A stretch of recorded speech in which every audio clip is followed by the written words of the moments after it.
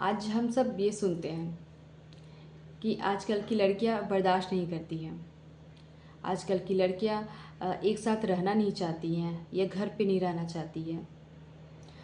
तो मैं आपसे पूछना चाहती हूँ, ये बर्दाश्त करने का जो शब्द है वो लड़कियों के साथ ही क्यों होता है? वो भी हर चीज़ में, लड़कों के साथ क्यों नहीं होता है?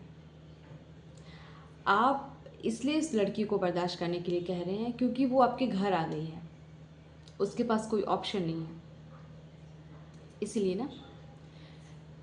सबसे पहली बात तो यहाँ आपको ये सोचना चाहिए कि मैं उस लड़की को लेकर अपने घर आ रहा हूँ तो किस लिए आ रहा हूँ? खुशी देने ये के लिए या दुख देने के लिए?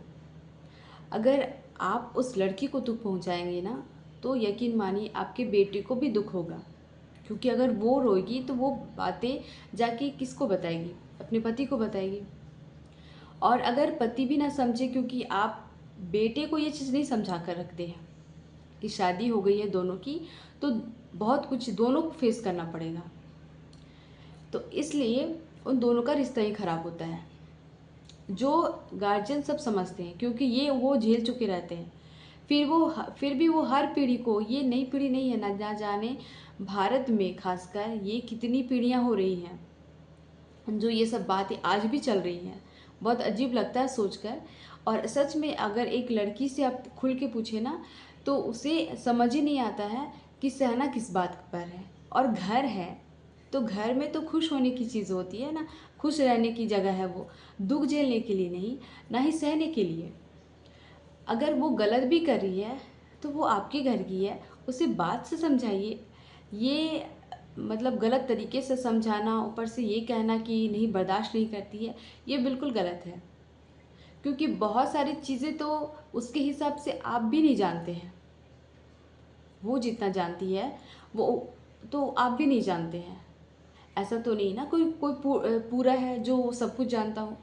तो क्या उसका तरीका भी गलत हो जाएगा आपके जैसा? तो क्या वो घर घर रहता है? नहीं रहेगा। घर का मतलब सहना नहीं होता है, घर का मतलब होता है खुश रहना। सिंपल सा है। और और आज की लड़कियां सहती हैं, ज़्यादा सहती हैं। पता है क्यों? आज की लड़कियां पढ़ी लिखी हैं, फिर भी वो सहती हैं।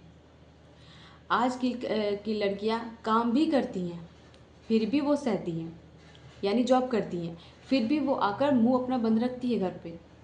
क्यों? ऐसा नहीं है कि वो कमज़ोर है, परिवार की वजह से, इज्जत की वजह से। और आप जो ये शब्द कहते हैं ना कि सहना, तो मैं यहाँ एक बात कहूँगी, आप अगर जो निर्दोष है उसे सहना बोलते हैं ना, तो जो दोषी है उसके गलत काम को आप बढ़ावा दे रहे हैं और कुछ नहीं कर रहे हैं। और जब तक आप इस जगह चुप है ना, उसका गलत काम बढ़ता जाएगा और जो निर्दोष है वह घुटता जाएगा। और एक सीमा होगी, एक दिन होगा जहाँ वो चुप हो जाएगा, या फिर रिश्ता ख़त्म कर लेगा, या फिर आपके जैसी आपकी भाषा में ही वो बात करना शुरू करेगा। तब जो परेशानी आएगी वो बिल्कुल अलग है। तो मैं सबसे कहूँगी कि घर को घर रहने दीजिए, उसे जेल मत बनाइए कि जहाँ लोगों को घुटन हो रहने में। और घर सभी के लिए होता है, आपका या मेरा नहीं होता है। तो मैं यहाँ पर बड़ों को हमेशा बोलना चाहूँगी कि बड़े जब अपने अनुभव से काम नहीं करते हैं ना, तब छोटों को परेशानी होती है।